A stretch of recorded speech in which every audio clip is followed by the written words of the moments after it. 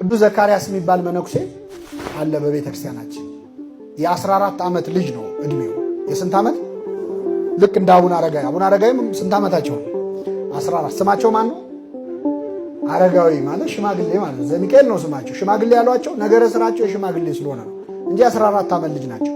ይህም ዘካርያስ ከአባቱ ጋር ወደ ገዳም ይገባል እና አባቱ ሊመንን አስቦ ነው። ልጁን ይዞ ሲመጣ መነኮሳት አዩት።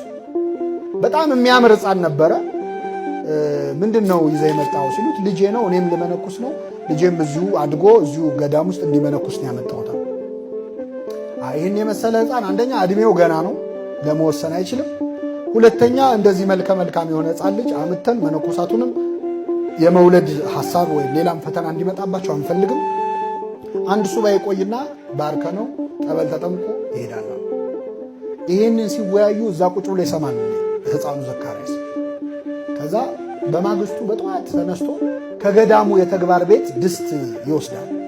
ድስት ወስዶ ጨው ይጨምርበታል፣ ውሃ ይጨምርበትና ወደ በረሃ ይሄዳል። በረሃ ሄዶ በጣም ውሃው እስኪፈላ ይጠብቃል። ውሃና ጨው ነው ልባሩ። ልክ ውሃው በጣም ሲፈላ ፊቱን ውሃ ውስጥ ይዘፈዝፋል እና ፊቱ በጣም ይቆሳሰል በዛ ትኩስ ውሃ ምክንያት ማለት ነው። እና ፊቱ በጣም ሲበላሽ ወደ ገዳሙ ተመለሰ። ማታ ሲመጣ አላወቁትም፣ መልኩ ጠፍቷል።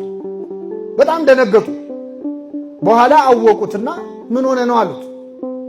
ይሄ መልኬ ዛሬ ከመነኮሳት ማህበር ካስወጣኝ ነገ ከእግዚአብሔር መንግስት ያስወጣኝ፣